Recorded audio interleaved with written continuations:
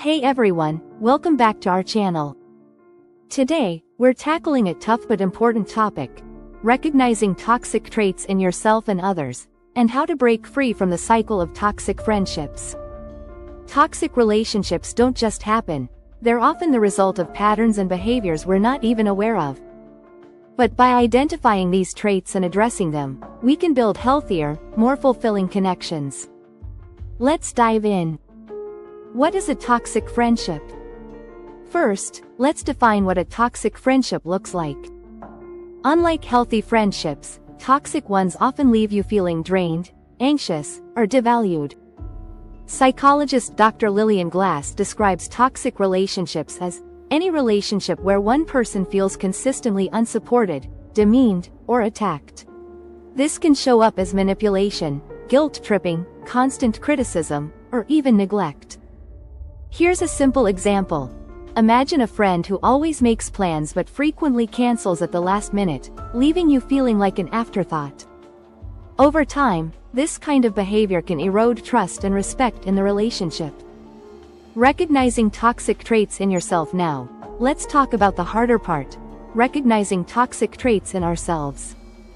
It's easy to point fingers, but self-reflection is key to breaking toxic patterns. Some common toxic traits include: 1. Controlling behavior. If you often feel the need to dictate how your friends should act or make decisions for them, it could be a sign of controlling tendencies. This might come from a place of insecurity or a fear of losing control.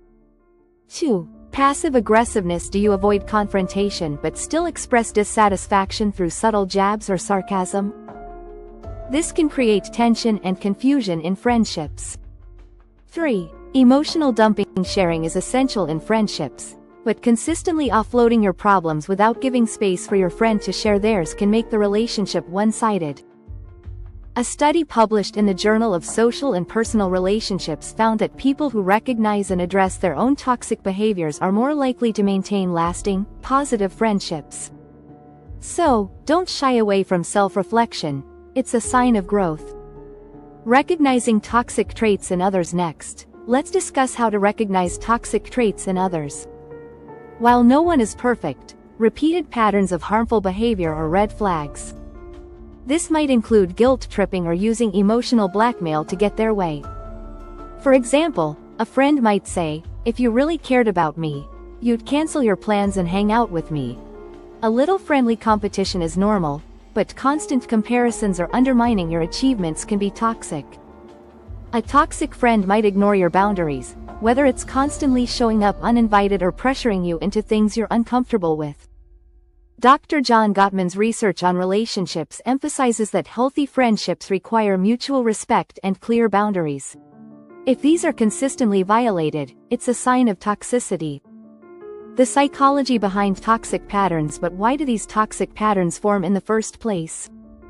Often, they stem from past experiences, unmet needs, or learned behaviors. For example, unresolved trauma. People who have experienced neglect or betrayal may develop controlling or manipulative tendencies as a defense mechanism. Attachment styles. Those with anxious attachment may cling to friends and exhibit jealousy, while avoidant types may seem distant or dismissive. A study in personality and individual differences highlights how early relationships influence adult friendships.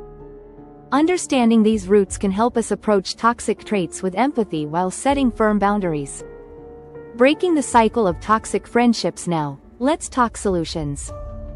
Breaking the cycle starts with awareness and action. Here's how you can begin. 1. Self-reflection. Take an honest look at your own behavior. Journaling or therapy can help uncover patterns you might not notice on your own. 2. Set boundaries. Communicate your limits clearly and stick to them. For example, if a friend constantly calls late at night, let them know you need that time to rest. 3. Have difficult conversations. Address toxic behavior respectfully but directly. Use I statements like, "I feel hurt when you cancel plans last minute because it makes me feel unimportant." 4. Know when to walk away. If a friendship consistently harms your mental health despite your efforts, it's okay to let go. Dr. Brené Brown emphasizes that setting boundaries is an act of self-respect, not selfishness. Building healthier friendships. Breaking toxic patterns also means fostering healthier friendships.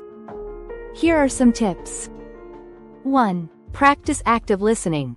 Show genuine interest in your friend's thoughts and feelings. 2. Celebrate each other's wins.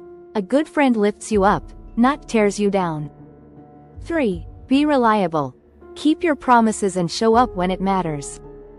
Research in the Journal of Positive Psychology found that friendships based on mutual respect and emotional support are among the strongest predictors of happiness and well-being.